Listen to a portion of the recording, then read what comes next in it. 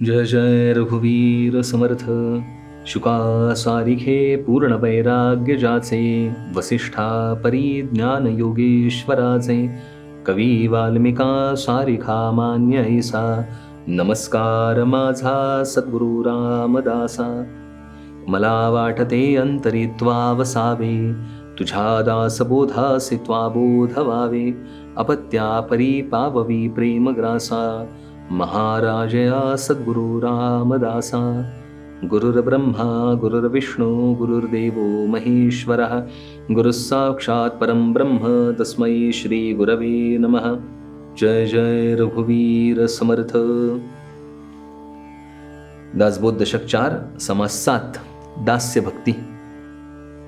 नवविधा भक्ती आपण बघत आहोत आणि ह्यामध्ये ही 7व्या क्रमांकाची भक्ती आहे.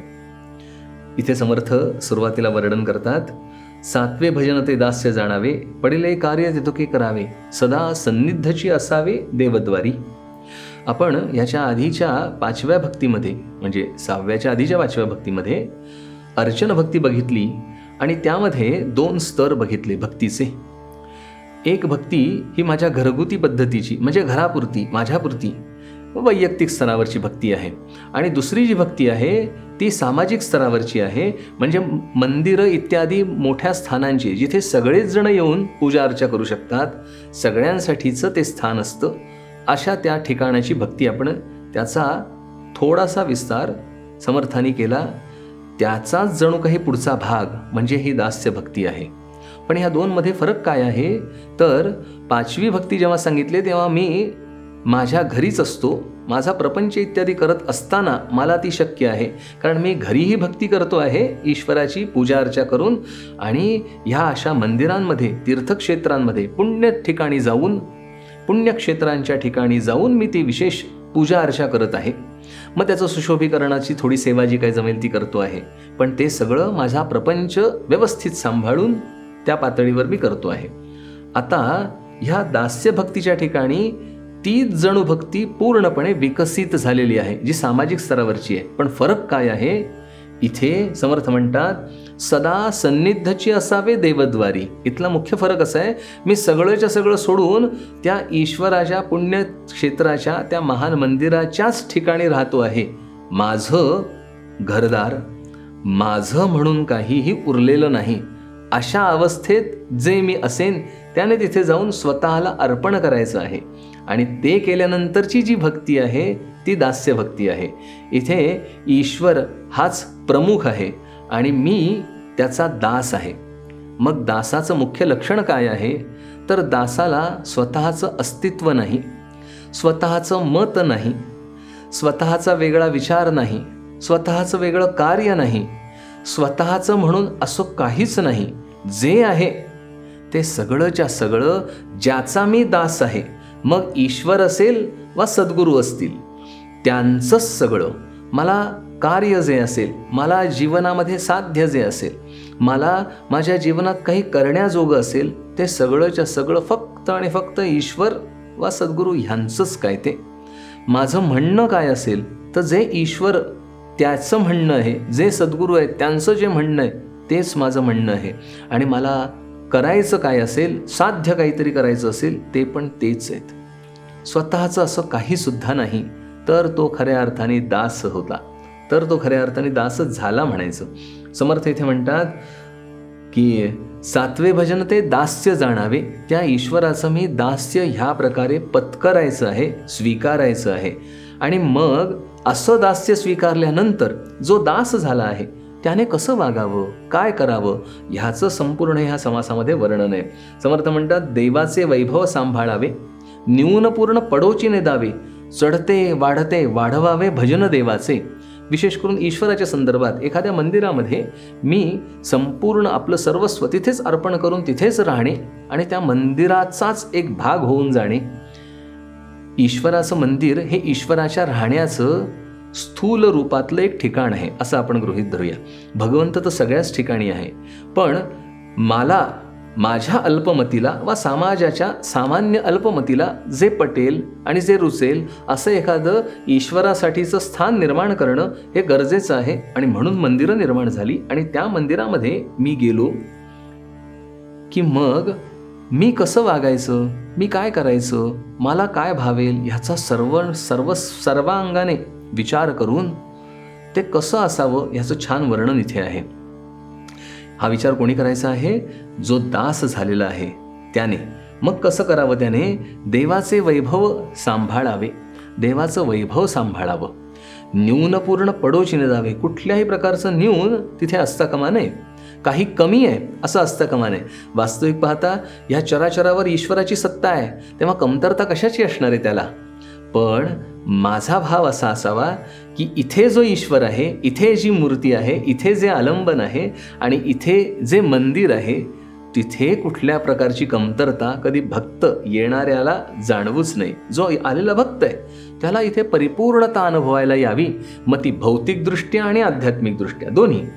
आणि ते कसं करावं? चढते वाढते वाढवावे भजन देवाचे. इथे हा महत्वाचा भाग आहे की केवळ भौतिक उन्नती, भौतिक सुबत्ता म्हणजे मंदिराची सर्वांगीण प्रगती धरलेली नाही. भौतिक सुबत्तेने सगळ्या ठिकाणी सुशोभीकरण होईल, भौतिक सुबत्तेने पैसा अडका येईल आणि तिथे एक दर्जा प्राप्त होईल, उत्तुंगता येईल. पण तेच फक्त मंदिर नाहीये, तर मंदिरामध्ये अजून एक महत्त्वाचा भाग राहतो आणि तो म्हणजे ईश्वराची भक्ती व त्या अनुषंगाने सगळी कृत्य. आणि म्हणून समर्थ इथे सांगतात, नुसतं न्यूनपूर्ण म्हणजे बाह्यांगाचं न्यून सांभाळा असं नाहीये, तर येणाऱ्या भक्ताच्या अंतरंगामध्ये देखील कुठलंही न्यून राहता कामा नये, हे इथे समर्थ आपल्याला सूचित करतात. चढते वाढते वाढवावे भजन देवाचे. देवाचं भजन म्हणजे ईश्वर भक्ती, ती वाढीच लागेल ह्याची दक्षता आपल्याला घ्यायला सांगतात.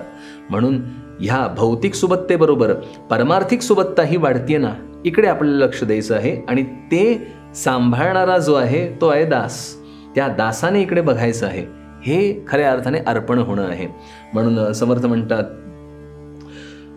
त्याचं भौतिक सुबत्ता आणि ही परमार्थिक सुबत्ता, ह्यापैकी भौतिक सुबत्ता कशी वाढवाल, काय काय करावं? समर्थ म्हणतात, स्वयंपाकगृहे भोजनशाळा, सामग्रीगृहे धर्मशाळा, निद्रिस्ता कारणे पडशाळा, विशाल स्थळे. काय काय असावं त्या मंदिरामध्ये?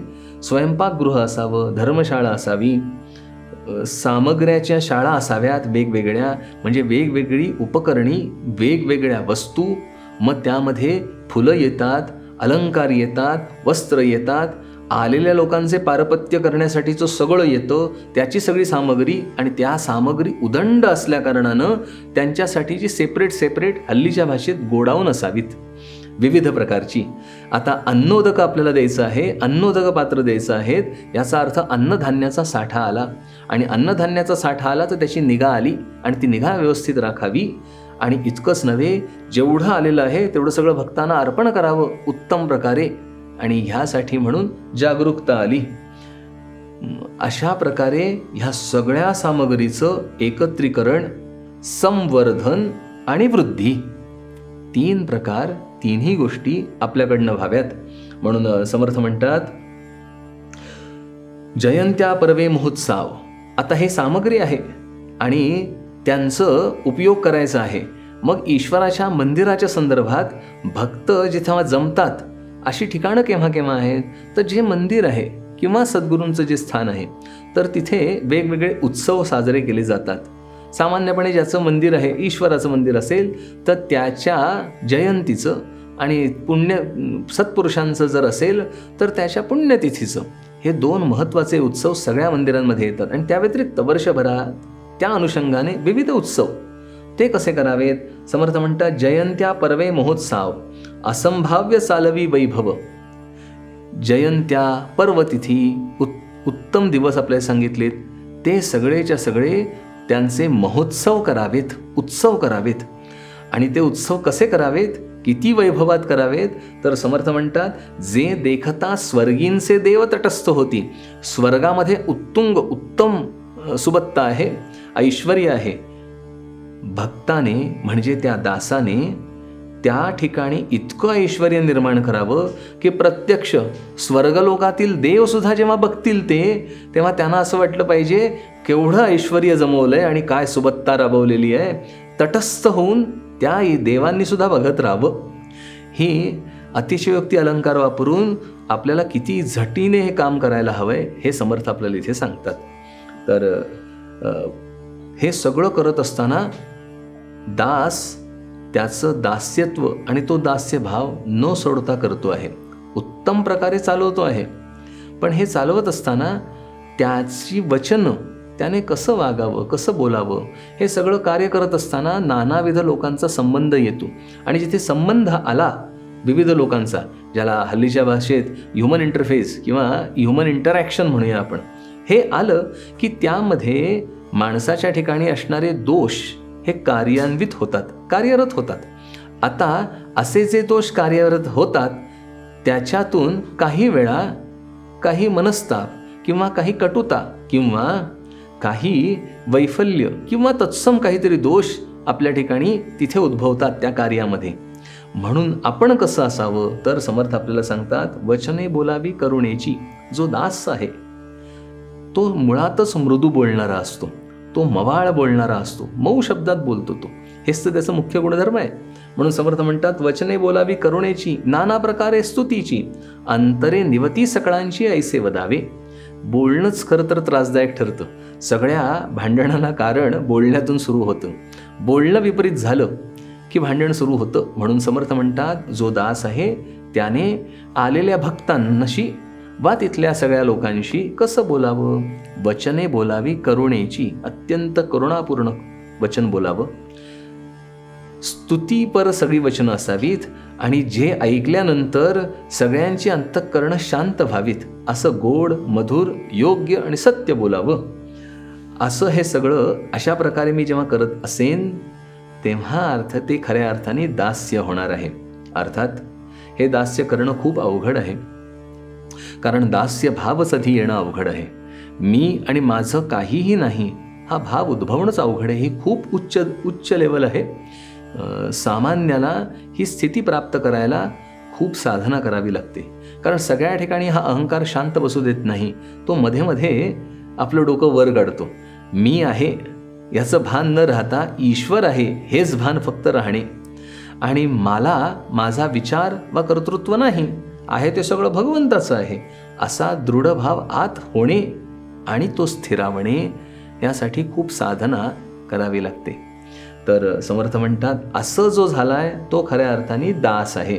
मग काय करावं, त्याने कसं वागावं याचं सांगितल्यानंतर समर्थ आपल्याला इथे सांगतात, जर समजा असं मला प्रत्यक्ष करायला जमत नसेल तर मी काय करावं. तर जे मगाशी सांगितलं अर्चन भक्तीच्या याच्यात, जर समजा प्रत्यक्ष घडत नाही तर मानसिकदृष्ट्या आपण करू शकतो. मनाद्वारे आपण हे दास्य भक्ती सुद्धा साध्य करू शकतो. मी स्वस्थ बसायचंय आणि मनानेच सगळं करायचंय, आणि असं खऱ्या अर्थाने मनाने जो करेल ना त्याचं मन अविचल राहील आणि तो परमार्थ मार्गावर खूप लवकर प्रगत होईल. कारण मन एव मनुष्याणाम कारणं बंध मोक्षयोः. मन हेच कारण आहे सगळ्याला, आणि ते मनच जर गुंतून राहिलं तर ते नको तिथे गुंतणार नाही, प्रगतीपथावर नेणाऱ्याच्याच ठिकाणी ते गुंतून राहील. आणि असा एक उपाय जे मन गुंतून राहण्यासाठी योग्य आहे ते म्हणजे अर्चन, आणि ते म्हणजे दास्य. अर्चन भक्तीमध्येही मन गुंतून राहतं, मानसिक पूजा म्हणजेच मानस पूजा, आणि दास्य भक्ती ही पण मनाने करता येते. समर्थ म्हणतात, अशी भक्ती मनाने करावी, अशी भक्ती मी व्हावी, आणि असं वाहिलं की मग त्या भगवंताची माझ्यावर कृपा होते. त्याच्याशिवाय माझ्यावर कृपाही होत नाही त्याची. वचने बोलावी करुणेची, नाना प्रकारे स्तुतीची, कारण मी भगवंताची स्तुती करतो आहे, मला अस्तित्व नाही. आणि त्या नाण्याची दुसरी बाजू अशी आहे, मी संपूर्ण ईश्वराला अर्पण झालो ह्याच शब्दाने सगळ्या ठिकाणी मी ईश्वर बघायला लागलो, त्याच्याशिवाय मी अर्पणच होत नाही. मी फक्त मंदिरांमध्येच देव मला दिसत असेल तर मी दास कधी होऊ शकतच नाही. मंदिरांमध्ये आणि मंदिराच्या बाहेर सर्वत्र ज्यावेळी मला देवच दिसायला लागतो त्या वेळात माझं खऱ्या अर्थाने हा अहंकार आणि कर्तृत्व नमतं, आणि मग लक्षात येतं इथे कर्ता ईश्वर आहे. मग सगळीकडे जर कर्ता ईश्वरच आहे तर माझ्या कर्तृत्वाला अस्तित्व आलं कसं, येणारच नाहीये. आणि मग ती नम्रता ती शरणागती खऱ्या अर्थाने प्राप्त होते आणि अशी शरणागती प्राप्त झाली की तो खऱ्या अर्थाने दास होतो. आणि असा जो दास झालेला आहे त्याच्यासाठीची ही दास्य भक्ती समर्थ आपल्याला वर्णन करतात. अशी भक्ती प्राप्त व्हावी म्हणून आपण समर्थांना प्रार्थना करूया. जय जय रघुवीर समर्थ.